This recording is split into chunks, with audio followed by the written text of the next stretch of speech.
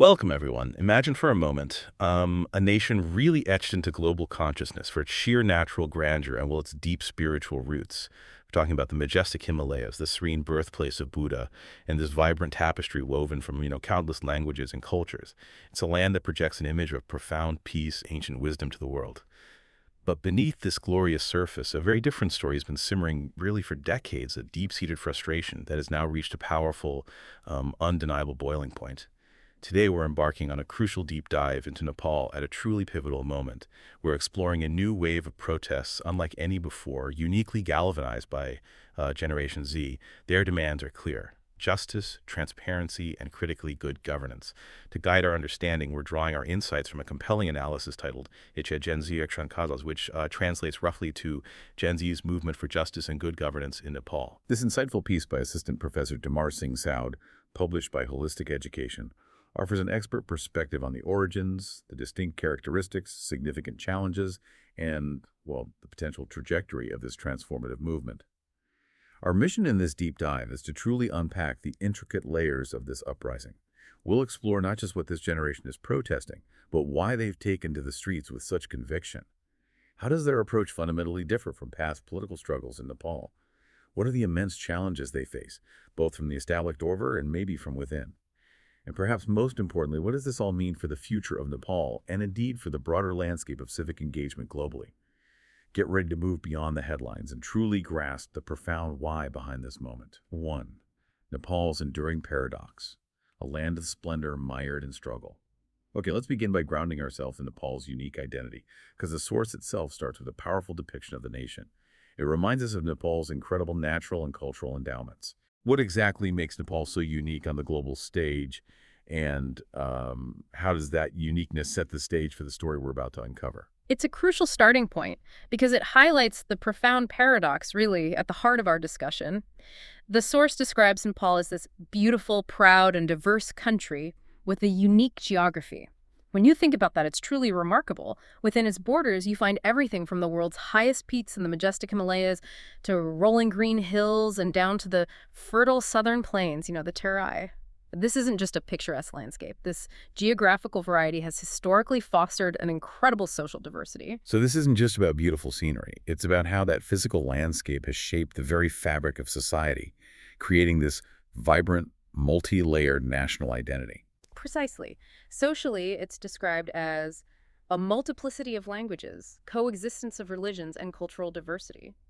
Imagine the incredible mosaic. Over 120 different languages spoken, a harmonious blend of Hindu and Buddhist traditions, and festivals that burst with color and meaning celebrated across different ethnic groups. Globally, Nepal holds unparalleled spiritual and historical significance. It's the birthplace of Gautam Buddha, a figure revered worldwide for peace. It's associated with ancient figures like King Janak and Sita, deeply embedded in South Asian epics. And of course, there's Mount Everest, a symbol of human endeavor. Lumbini, Buddha's birthplace, stands as a UNESCO World Heritage Site, drawing pilgrims and peace seekers from every corner of the globe. The source emphasizes that these and countless other historical and cultural heritages aren't just points of interest, they form Nepal's distinct and deeply revered identity on the global stage.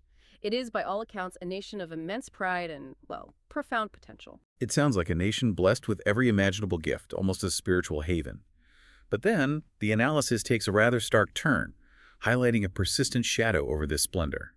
What is this unfulfilled promise, this historical pattern of disappointment that the source describes, contrasting so sharply with Nepal's inherent greatness? This is where the paradox becomes truly painful. Despite these glorious treasures and immense potential, the source paints a picture of a nation that has long been mired in corruption, factionalism, nepotism, incompetent leadership, and favoritism. It's not a new problem. It's a deeply ingrained systemic issue that has plagued Nepal for decades. The analysis points out that at every political turning point, people have sacrificed, but the dream of good governance, transparency, and justice has always remained unfulfilled. So it's not just about isolated incidents of corruption. It's a recurring, almost cyclical pattern of hope followed by profound disappointment. People have repeatedly invested their trust, their energy, even their lives into political change, only to find the core issues persist. Can you give us a sense of what that sacrifice has looked like historically? Well, think about the major political transitions Nepal has undergone. The struggle against the Rana autocracy back in the mid-20th century, the multi-party democracy movement in 1990, the decade-long Maoist insurgency, and then the establishment of a federal republic in 2008. Each of these moments involves immense public mobilization, often violent crackdowns, significant loss of life, all fueled by the promise of a more just, a more prosperous Nepal. Yet, the source argues, these political shifts have repeatedly failed to deliver on fundamental promises. For instance, after the shift to multi-party democracy, many hoped for an end to political patronage, but it often just morphed into different forms of party-based favoritism. You'd hear about infrastructure projects funded by international aid being plagued by allegations of kickbacks, public services remaining inefficient, and the justice system, well, sometimes seeming more responsive to influence than to actual law. This perpetuates a profound sense of betrayal. This deep-seated generational disappointment means that the current youth aren't just reacting to recent events, they're carrying the weight of decades of accumulated frustration. This historical context is absolutely crucial because it powerfully explains why this specific generation, Generation Z, has reached a point where they simply couldn't remain silent any longer. They've inherited this legacy, and their resolve is profoundly shaped by it. 2. The spark of uprising. Gen Z takes to the streets amidst tragic violence. Given that deep historical context of unfulfilled promises, it really makes you wonder what the breaking point would be for a new generation. And here's where it truly gets compelling. Into this long-standing narrative steps Generation Z, a cohort that seems to have definitively said, no more. The source states that Nepal is witnessing a new wave of protests led by Generation Z against widespread corruption, irregularities, injustice, oppression, authoritarianism, restrictions on freedom of expression, nepotism, and favoritism. This isn't a movement focused on a single issue, is it? It sounds like a comprehensive indictment of the entire system. No, it's absolutely not about one isolated incident. The source describes this movement as an eruption of decades of accumulated pain and injustice. Think of it as a dam finally breaking. This isn't a reaction to a single scandal, but a culmination of years, even generations, of systemic failures across virtually every aspect of society. This broad spectrum of grievances, corruption reaching into daily life, irregularities in everything from public exams to government contracts, pervasive injustice, the heavy hand of oppression, authoritarian tendencies, restrictions on basic freedoms, and rampant nepotism and favoritism in appointments. It tells us that these problems are not just top-down issues. They are deeply woven into the fabric of everyday Nepali life, impacting citizens at every turn.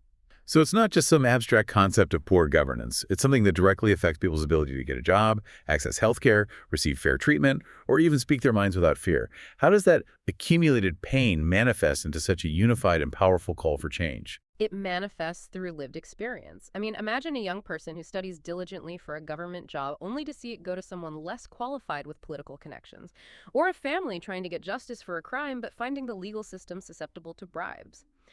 When these experiences are shared across an entire generation, when they see their opportunities curtailed and their voices silenced, it creates a collective sense of frustration that transcends individual complaints. This shared experience fuels a unified, powerful call for systemic change because everyone in some way has been touched by these systemic failures. It's an urgent plea for dignity and a future where merit, not connections, determines success. The widespread nature of these grievances creates a broad base of solidarity that cuts across traditional divides. Now, this leads us to a truly alarming and, frankly, heartbreaking aspect of the situation. How has the state responded to these urgent demands? The source reveals a truly shocking turn of events. The government has used excessive force, including shooting directly at Gen Z youths, the very backbone of the nation, resulting in the tragic deaths of many young students. This is just devastating to hear, especially knowing these are young people trying to build a better future. What stands out here is the sheer brutality and the utterly disproportionate scale of the state's response to what began as peaceful protests. The human cost is indeed devastating. At least 19 young people have already lost their lives, and over 450 have been injured. The source is explicit in highlighting that these were unarmed students in school uniforms during peaceful demonstrations. Try to envision that image. Children, still in their school uniforms, engaged in peaceful civic expression, being met with live ammunition and lethal force.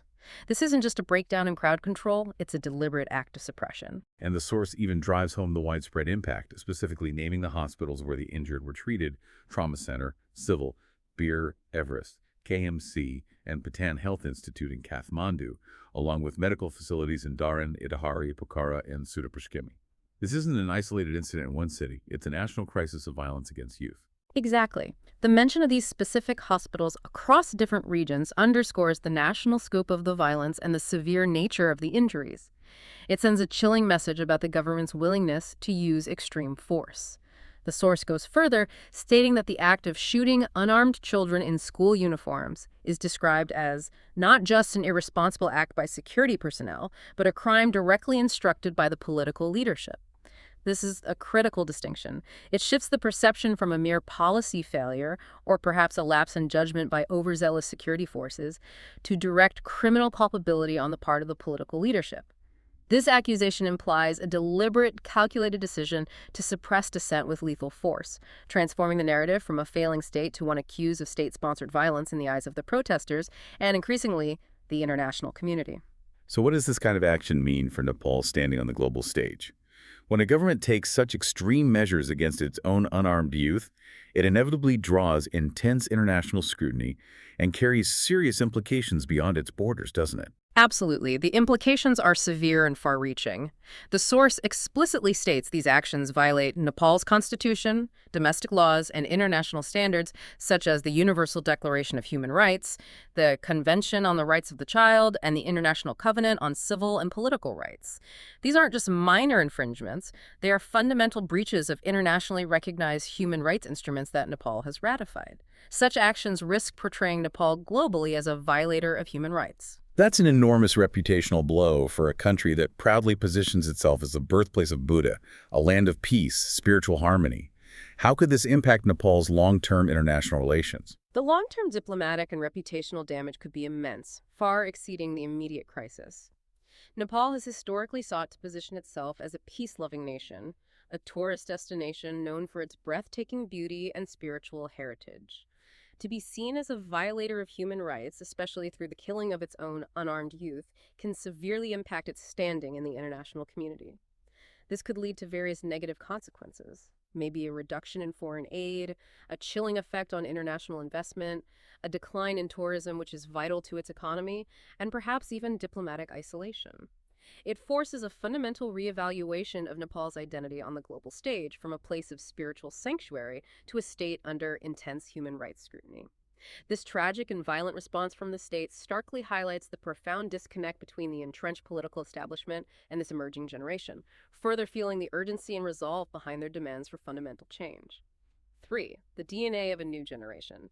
Values, identity, and motivation. This profound and tragic disconnect between the state and its youth brings us to the core of this entire movement, understanding Generation Z itself. The source provides a very clear definition of who these young people are, helping us grasp their unique perspective and why they are leading this charge. It's truly crucial to understand the very identity of this generation. The source defines Gen Z as those born between 1997 and 2012, making them this first digital generation. This isn't just a demographic label, it's a foundational characteristic that deeply influences their worldview and their approach to activism. They have empowered itself through the internet, social media, and technology, a fundamental difference from any generation before them. So they've grown up with unprecedented access to information, both local and global, literally at their fingertips since childhood. What does it truly mean to be the first digital generation in a country like Nepal, which has faced such complex historical political challenges? How does that inform their activism? It means their worldview is profoundly different.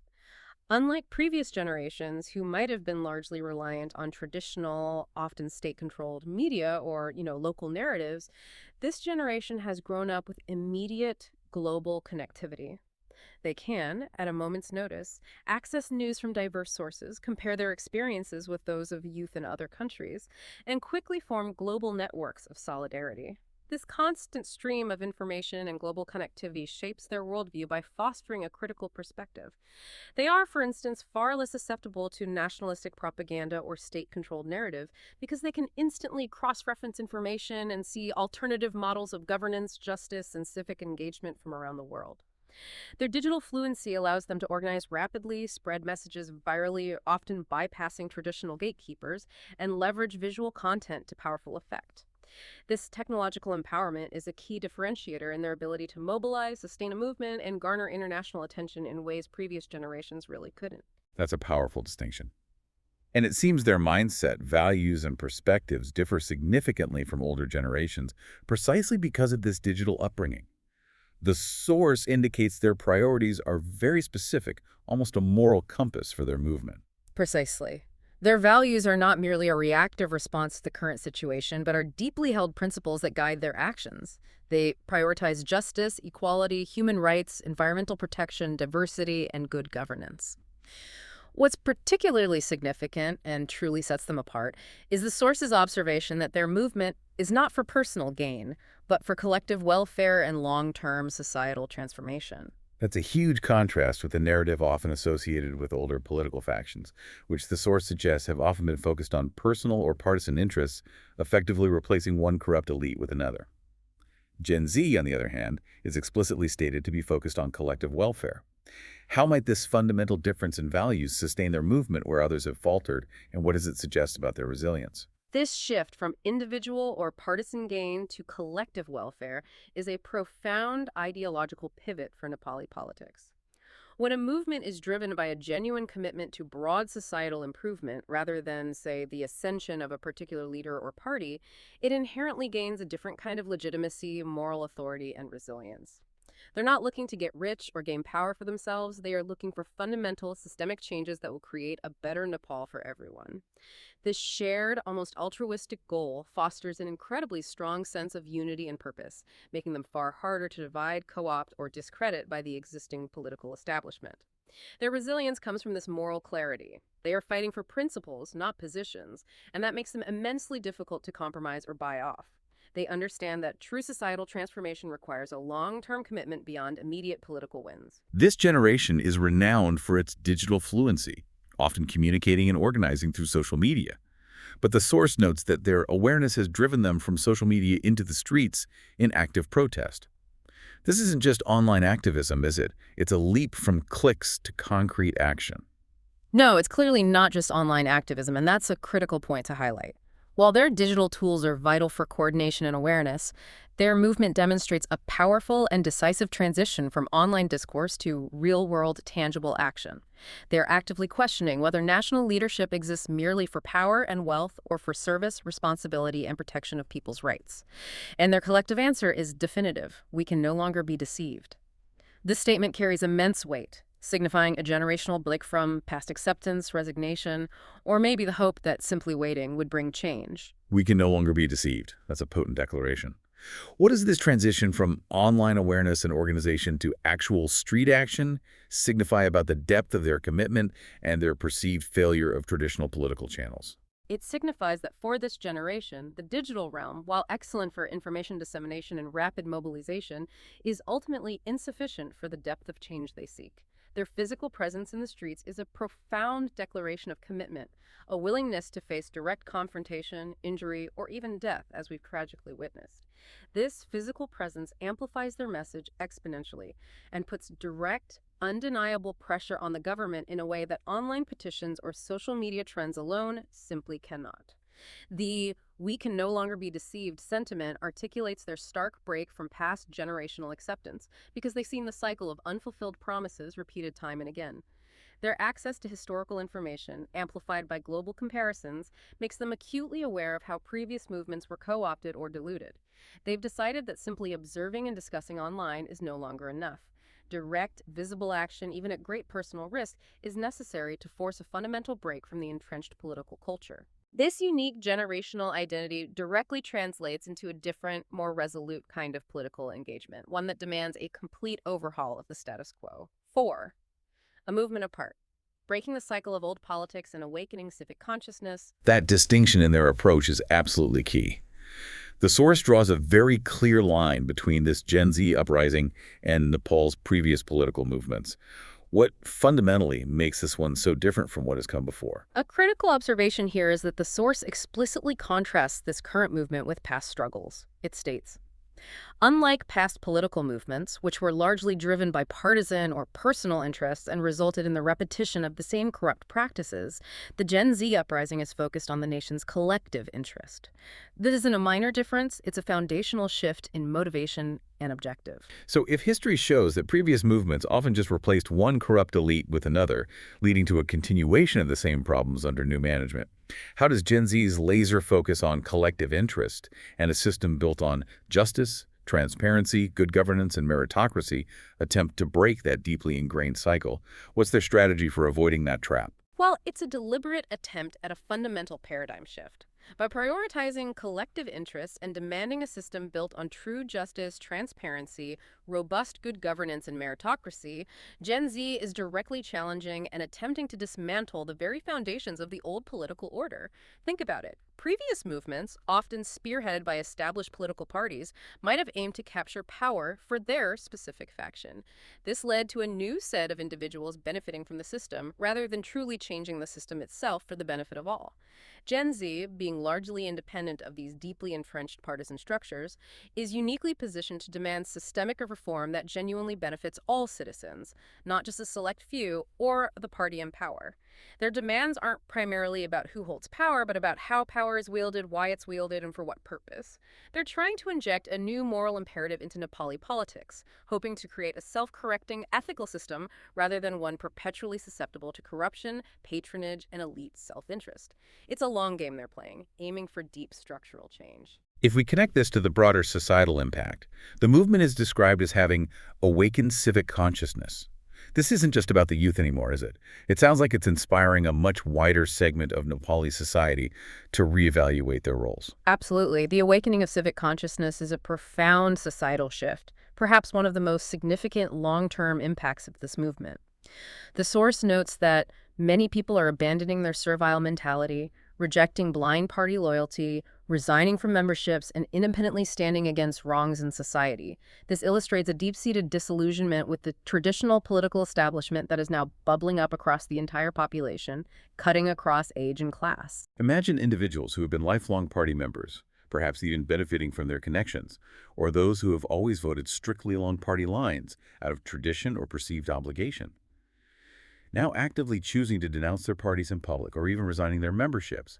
That's a profound shift from a culture that historically valued obedience and loyalty to a specific political banner. What are the broader implications of such a rejection of blind party loyalty? It truly is transformative. It signifies a decisive move towards individual moral agency over partisan allegiance, a willingness to prioritize national interest and ethical governance over personal gain or traditional ties. This rejection of blind party loyalty and the prioritization of independent, critical thought has massive long-term implications for Nepal's political landscape. If leadership truly becomes about service and responsibility, not power and property, as the source suggests, then citizens demanding accountability based on merit and integrity rather than party affiliation would fundamentally alter the political system. This kind of civic awakening creates a more informed, critical, and demanding electorate, making it exponentially harder for corrupt practices to persist unchallenged. It holds the potential to redefine democratic engagement in Nepal, shifting power back towards the people and away from entrenched political elites. This is a battle for the very soul of the nation's democracy. While this movement has forged a distinct identity and is garnering growing support, it faces immense obstacles from the very structures it seeks to reform. 5. Navigating treacherous waters. Challenges threatening the movement's success. Despite its unique nature, the clarity of its goals, and its broad appeal, the Gen Z movement in Nepal faces truly significant hurdles. The old guard, accustomed to their power and privilege, isn't going to relinquish it easily, are they? The source highlights some very cynical tactics used to undermine these efforts. This raises an important question. How will the deeply entrenched political establishment react to such a fundamental challenge to their power? The source is very clear that political parties are trying to weaken, discredit, or exploit the movement for their own benefit. This isn't surprising. It's a predictable tactic from established political forces globally.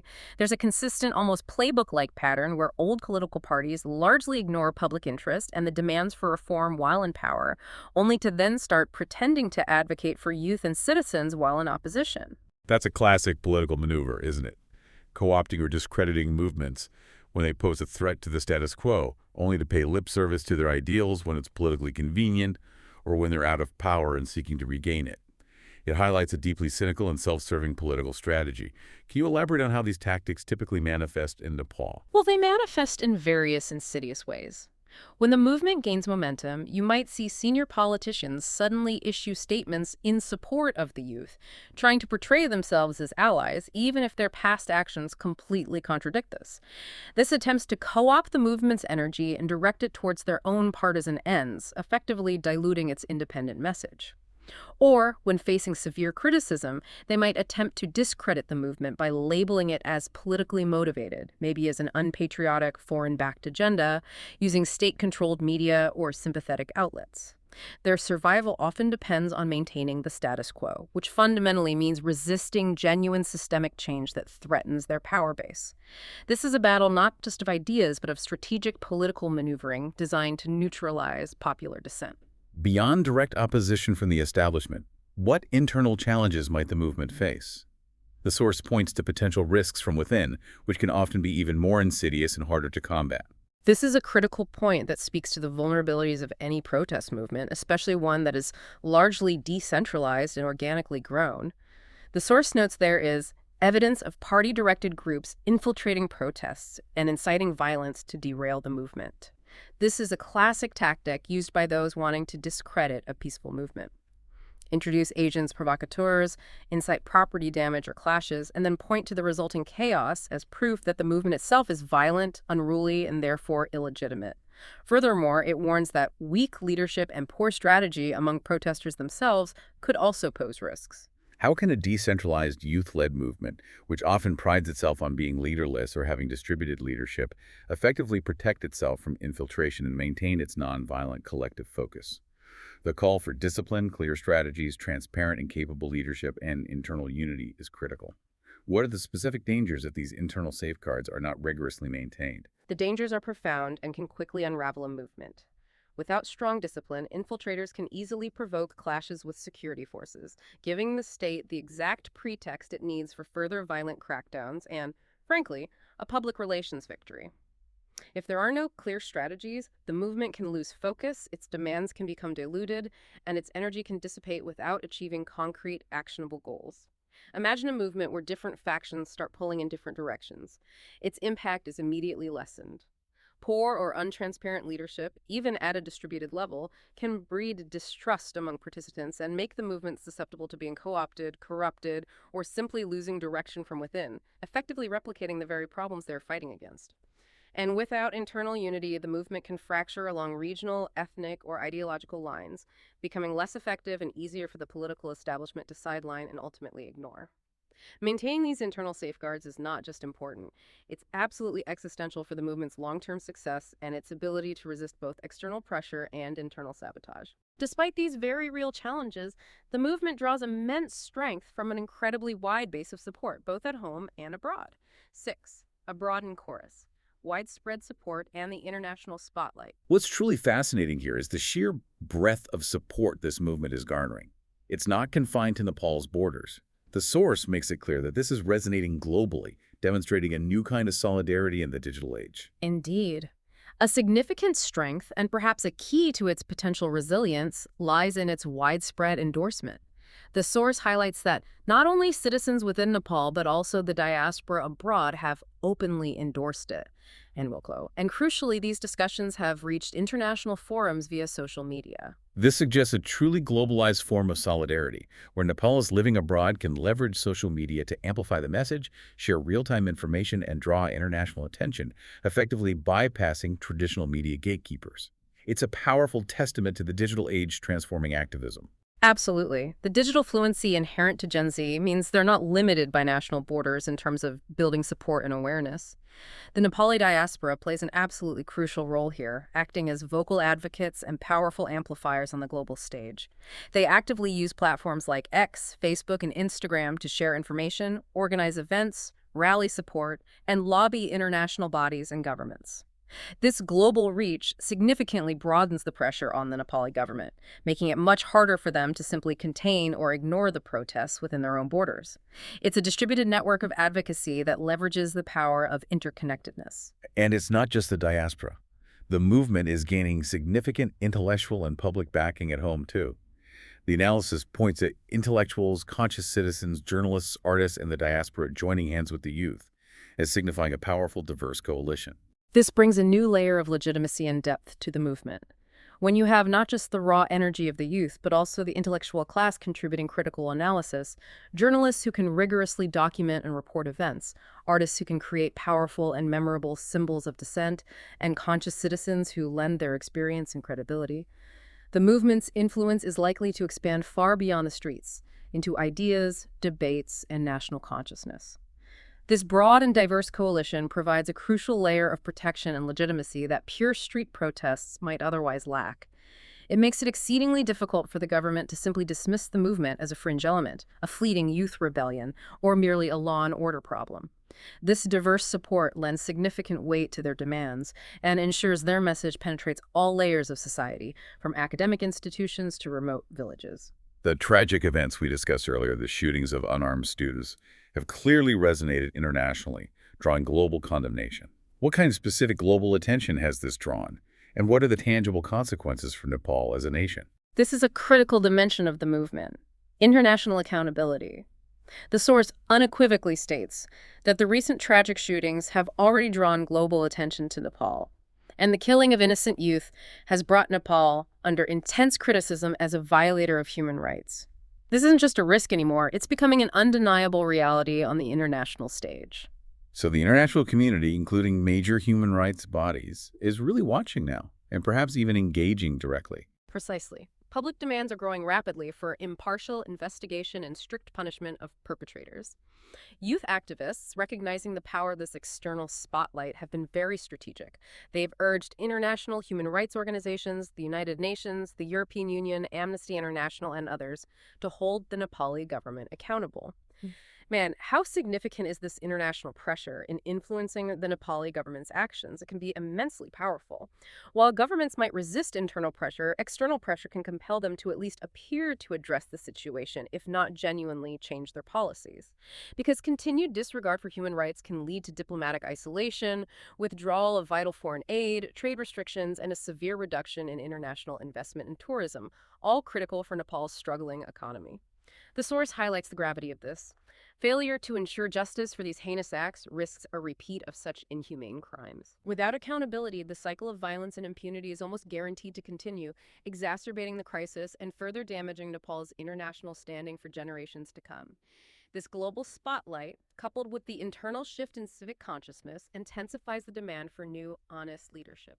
7. The search for new leadership in Nepal at a crossroads. This intense global spotlight and the profound internal shift towards a new civic consciousness naturally lead to a really interesting trend highlighted in the source: a palpable public yearning for new leadership, entirely distinct from the old, entrenched political guard. What's particularly striking here is the specific manifestation of this yearning, especially on social media. The trend, "Dear Balin, take lead now or never," is gaining momentum. This isn't just a casual online fad, it's a powerful and direct signal of youth, frustration with hollow leadership of old parties, and their search for new, capable, and honest leadership. That's a powerful, direct plea from the digital trenches, almost an online mandate for change. They see hope in figures like Balin Shah and other widely respected personalities such as Gopi, Harka, Rabi, Kulman, Mahabir Poon, and Gyanendra Shahi have also expressed support. What does this specific trend tell us about the public's deep disillusionment with traditional political structures and their strong preference for figures perceived as being entirely outside the old corrupt system? It speaks volumes about the complete erosion of trust in the established political parties and their leaders. The public, especially Gen Z, perceives them as self-serving, corrupt, ineffective, and fundamentally disconnected from the needs of ordinary citizens. These new figures, Balin Shah, for example, gained prominence as an independent mayor of Kathmandu known for his direct action against corruption and focus on urban development. Rabi Lamashan is a former journalist who built a reputation exposing corruption. Kulman Gesing is an engineer widely credited for ending Nepal's chronic electricity load-shedding crisis.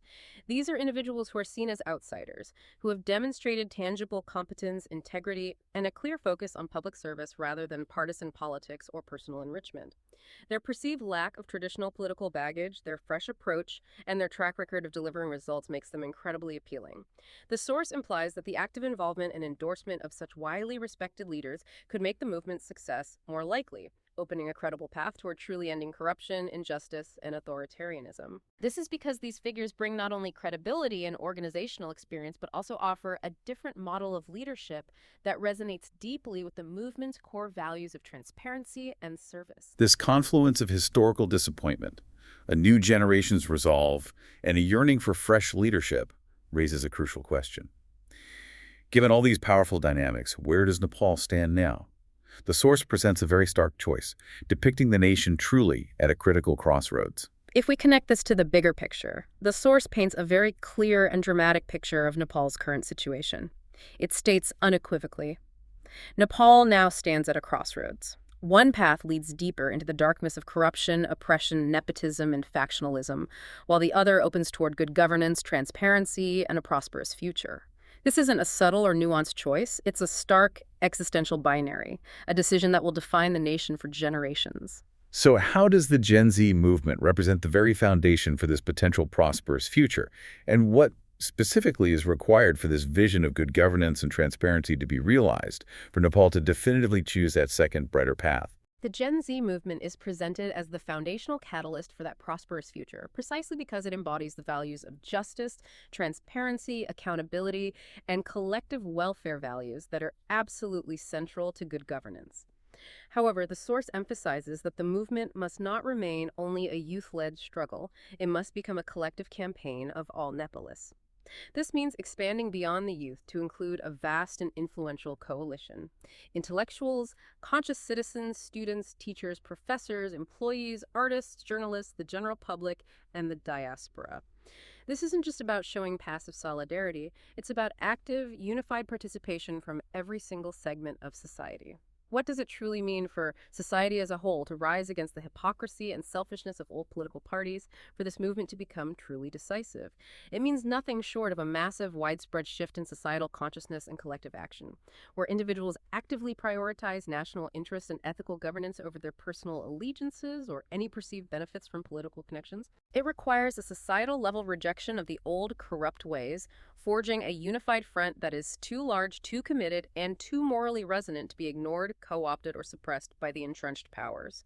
This highlights the enormous scale of transformation required. Nothing short of a complete societal overhaul of political values, individual civic engagement, and leadership accountability.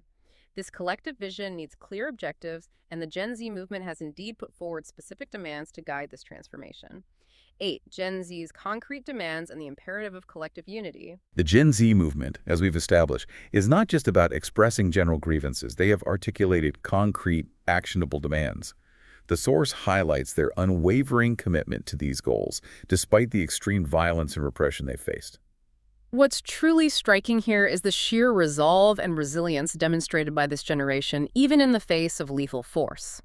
Gen Z Nepal's official press release has made clear that the national anti-corruption movement will continue relentlessly and no attempt to derail it will succeed. The source powerfully illustrates this by stating that the youth are shedding their blood in the fight against corruption, misrule, and repression, which has raised serious questions against the government's silence and its insensitivity toward public sacrifices. This isn't just rhetoric, it's a deeply felt, unwavering commitment born from immense personal sacrifice and a profound sense of urgency. If we connect this to the practical steps for change, it's clear Gen Z has put forward a very specific and bold action plan. What are these 5 major demands, and what do they aim to achieve?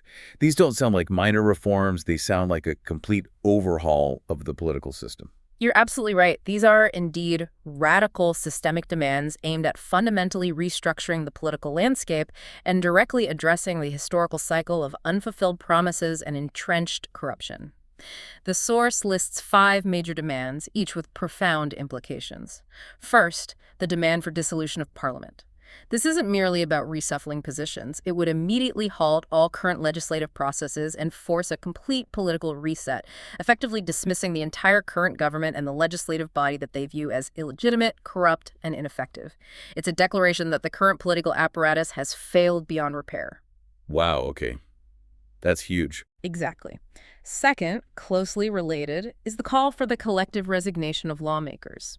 This goes hand in hand with parliamentary dissolution, ensuring that the individuals directly associated with the old guard, those perceived to be perpetuating the systemic issues, are removed from power. This would pave the way for entirely new faces and a fresh mandate, rather than simply having the same players return. Makes sense. Get rid of the whole apparatus. Right. Third, a crucial demand for accountability. Immediate suspension of high-ranking officials who ordered shootings and violent crackdowns. This is fundamental for justice. It seeks to bring direct accountability for the slain and injured youth and to establish a critical precedent against the use of excessive lethal force against peaceful protesters. It attempts to shift the narrative from state impunity to individual responsibility, a cornerstone of any truly just society. Without this, the cycle of violence and repression is almost guaranteed to continue. That accountability piece feels absolutely critical. It is. Fourth, a highly significant demand. Formation of an interim government under a leader recommended by the movement to establish a constitutional amendment commission and implement a direct electoral system. This is the heart of their proposed systemic reform. An interim government, led by someone specifically endorsed by the movement and seen as outside the old political factions, would ensure that the transitional phase is genuinely focused on public interest and reform. The establishment of a constitutional amendment commission to implement a direct electoral system is a potential game changer. It aims to fundamentally change how leaders are chosen, moving away from potentially corrupt or partyless systems to one where leaders are directly accountable to the populace. This directly targets the root causes of factionalism, patronage, and unrepresentative governance that have plagued Nepal for decades. So changing the rules of the game itself. Precisely. And fifth, the demand for swift elections under the interim government. This would finalize the transition, allowing a newly reformed system, ideally with direct elections, to put in place a legitimate, newly elected government, one that is, in theory, free from the old patterns of corruption, nepotism, and self-interest. These demands, taken together, represent a complete top-to-bottom overhaul of Nepal's current political structure.